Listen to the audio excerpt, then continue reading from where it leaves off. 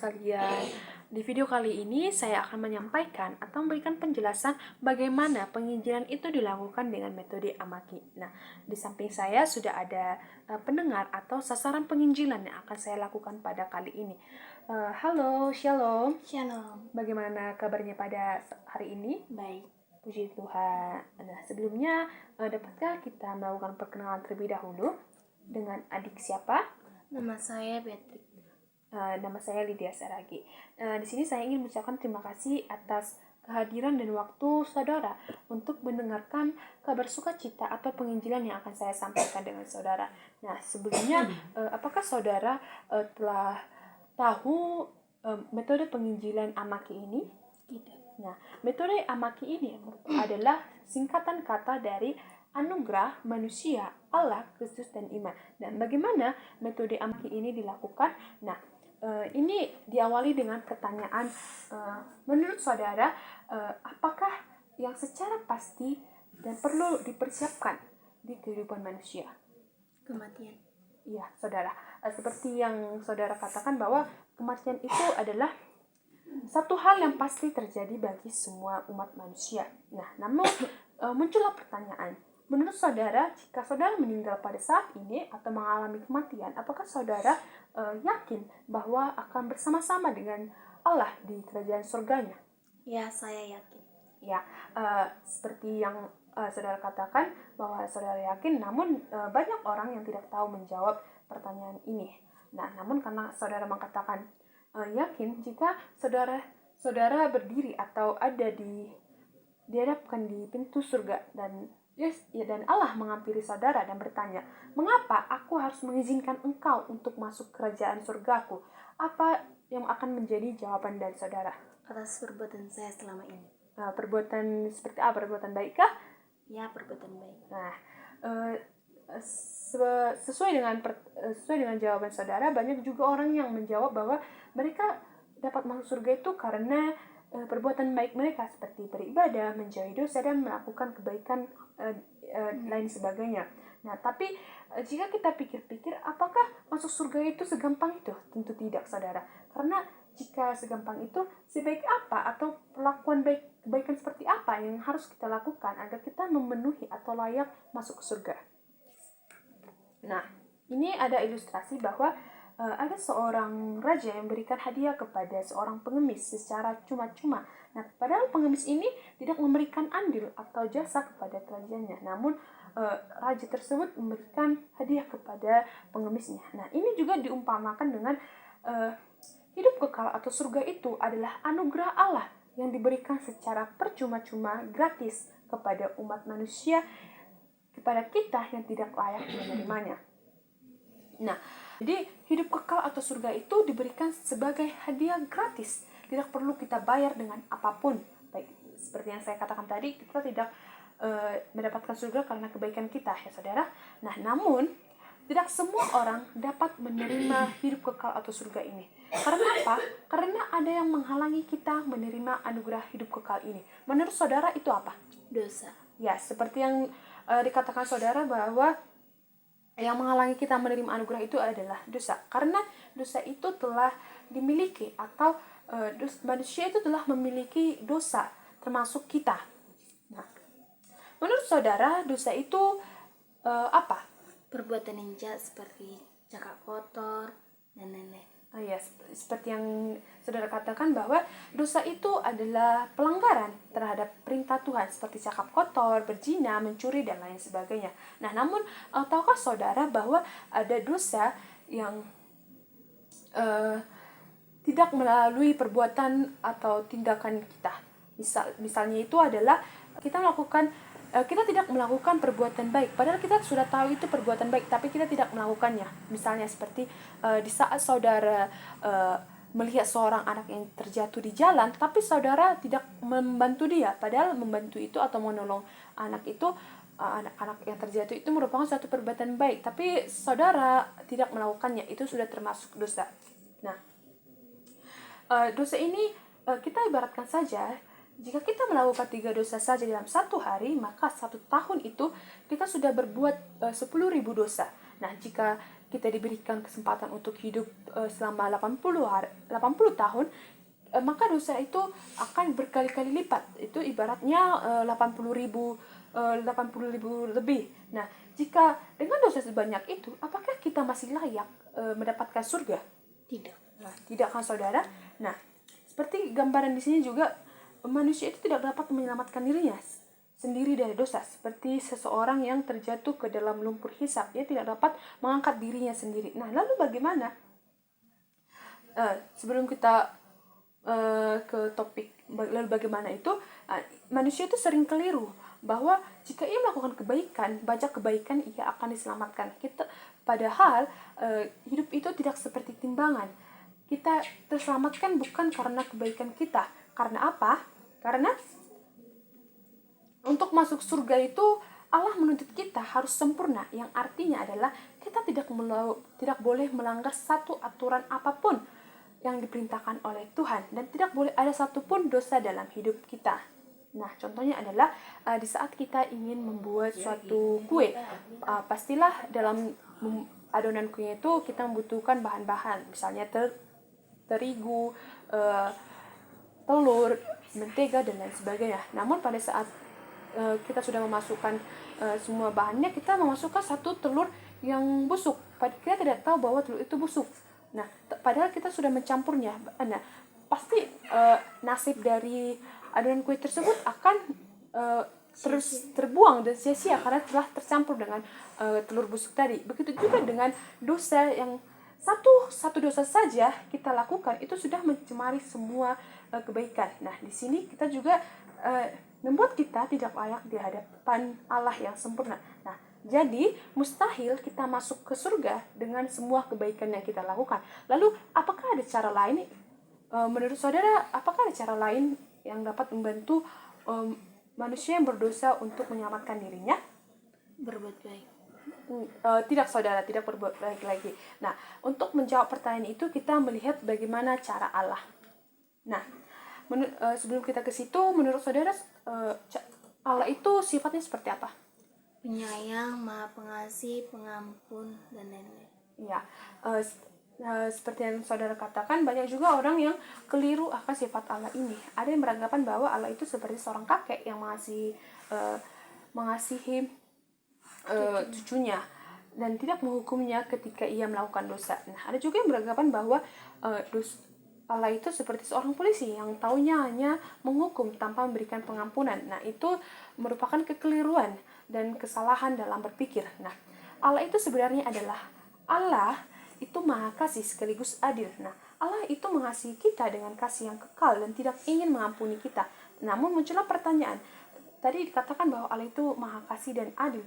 Namun jika Allah tidak ingin mengampuni umat manusia karena kasihnya itu, lalu bagaimana dengan keadilan itu? Nah, dapat kita berikan contohnya. Kita berikan contoh bahwa yang adil itu seperti apa. Nah, itu ada ilustrasi bahwa ada seorang perampok yang mencuri di bank, lalu jaksa memberikan dia tuntutan 5 tahun penjara. Nah, si perampok ini seperti ingin menyelamatkan dirinya. Dia mengatakan bahwa saya ingin bertobat, saya tidak akan melakukan hal kesalahan seperti itu lagi, saya akan mengembalikan barang curian saya. Namun si hakim atau jaksa ini tetap adil dan tidak membebaskan si pencuri. Begitu juga dengan Allah yang adil, yang pasti menghukum setiap kita manusia yang berdosa. Nah, hukuman atas dosa kita itu ialah maut, seperti yang tertulis dalam Roma 6 ayat 23. Nah, penderitaan dalam neraka selama-lamanya. Nah, namun pada ilustrasi kali ini dikatakan bahwa jika Allah itu kasih, tidak ingin menghukum manusia berdosa, tapi sisi lain Allah itu juga adil yang harus menghukum kita. Lalu bagaimana keadilan kasih ini dapat bertemu atau seimbang? Nah, kita dapat melihat ilustrasi untuk menjawab pertanyaan tersebut. Nah, di sini ada seorang jenderal yang adil dan bijaksana, yaitu bernama Samila. Satu hari ada seorang prajuritnya mengatakan bahwa ada yang mencuri bahan makanan di tempat mereka. Lalu si Samila mengatakan bahwa siapapun yang mencuri akan dihukum 50 cambukan. Nah, keesokan harinya pencuri tersebut pun tertangkap dan pencuri itu merupakan ibu dari Samila. Samila di sini merasa bimbang dan kebingungan dan mendapatkan masalah. Bagaimana ia ingin menghukum ibunya? Jika ia menghukum ibunya, ia akan dianggap tidak memiliki kasih kepada ibunya. Tapi jika ia tidak menghukum ibunya, ia dianggap akan tidak adil. Nah, lalu keesokan harinya ia pun memberikan atau mengambil tindakan yang mengejutkan semua orang, yaitu dengan melepaskan jubah kebesarannya dan memerintahkan pengawal untuk mencambuk dia sebagai ganti ibunya. Nah, hanya dengan cara mengorbankan diri inilah keadilan Samila dapat terwujud dan ditegakkan, sekaligus kasih kepada ibunya dapat dibuktikan. Nah, demikian juga Allah yang menunjukkan kasih dan keadilannya melalui pengorbanannya yang diberi melalui pengorbanannya di dalam Yesus Kristus Tuhan kita. Nah, di ilustrasi yang berikutnya gambarkan bahwa Yesus adalah Allah yang menjadi manusia. Ia turun ke bumi, lahir ke dunia untuk yang hidup untuk menyelamatkan manusia, yang sering kita rayakan pada hari Natal.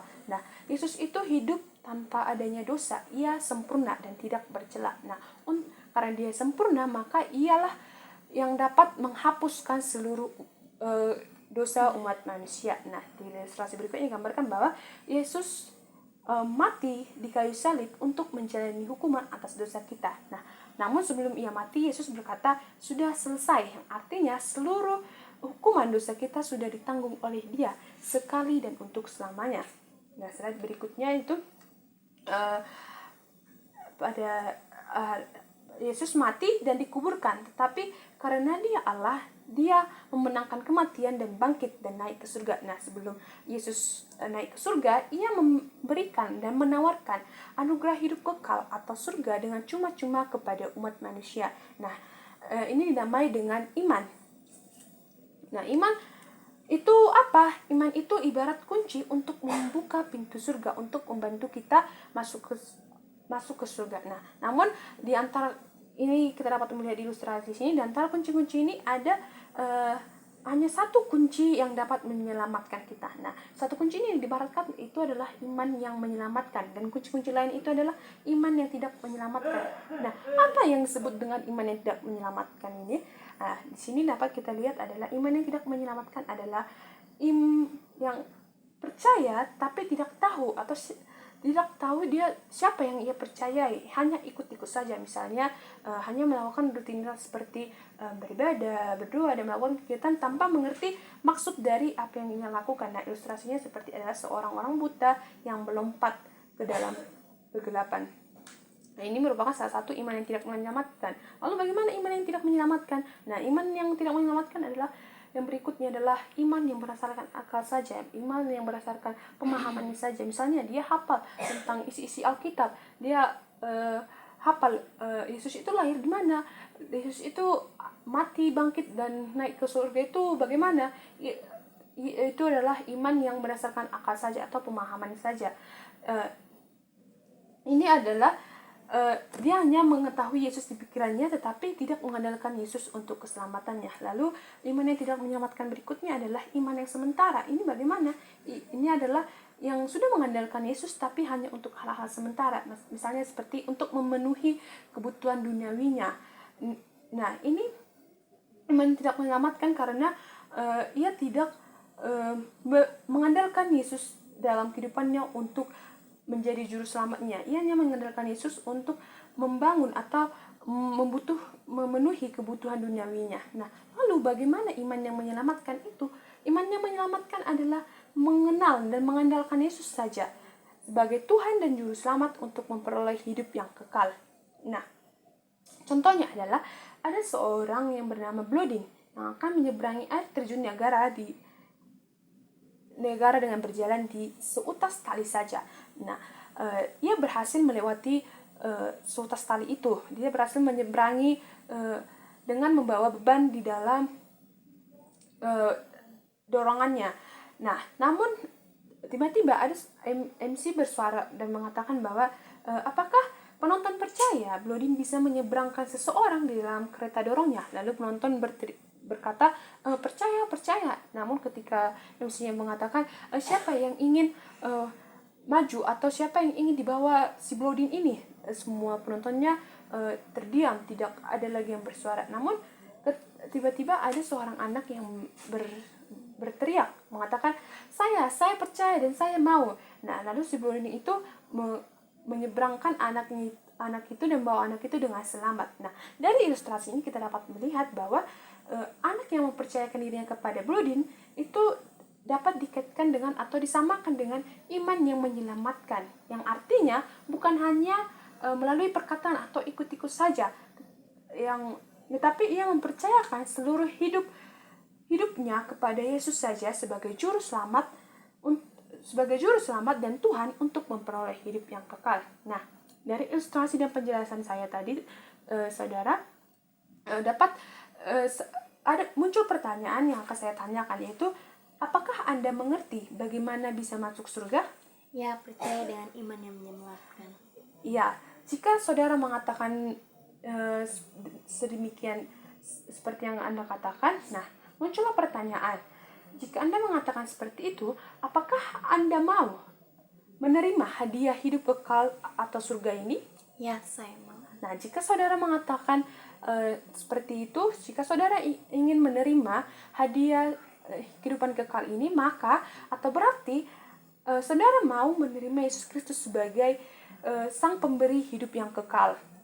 Lalu ini juga berarti saudara tidak lagi mengandalkan kebaikan atau usaha saudara sendiri untuk masuk surga, tapi hanya mengandalkan Yesus Kristus sebagai juru selamat saudara. Nah, ini juga berarti bahwa saudara menjadikan Yesus sebagai Tuhan di dalam kehidupan saudara. Nah, apa yang menjadi respon dari hal itu? Ini adalah melakukan pertobatan. Ini juga berarti saudara meninggalkan kehidupan yang lama dan hanya mengikuti Yesus Kristus saja. Nah, jika saudara menginginkan hal itu, ini ada dua untuk melakukan pertobatan. Nah, di sini saudara dapat membacanya. Nah, baik. Nah, jika saudara telah berdoa, ini ada beberapa janji Allah. Ini ada beberapa janji Yesus yang dapat kita percayai jika kita sudah percaya kepada Yesus, karena janji Yesus itu tidak pernah bohong dan selalu ditepati. Nah, janjinya itu terdapat pada Yohanes 6 ayat 47. Ia mengatakan bahwa aku berkata kepadamu, sesungguhnya barang siapa percaya ia mempunyai hidup yang kekal. Lalu janji yang kedua adalah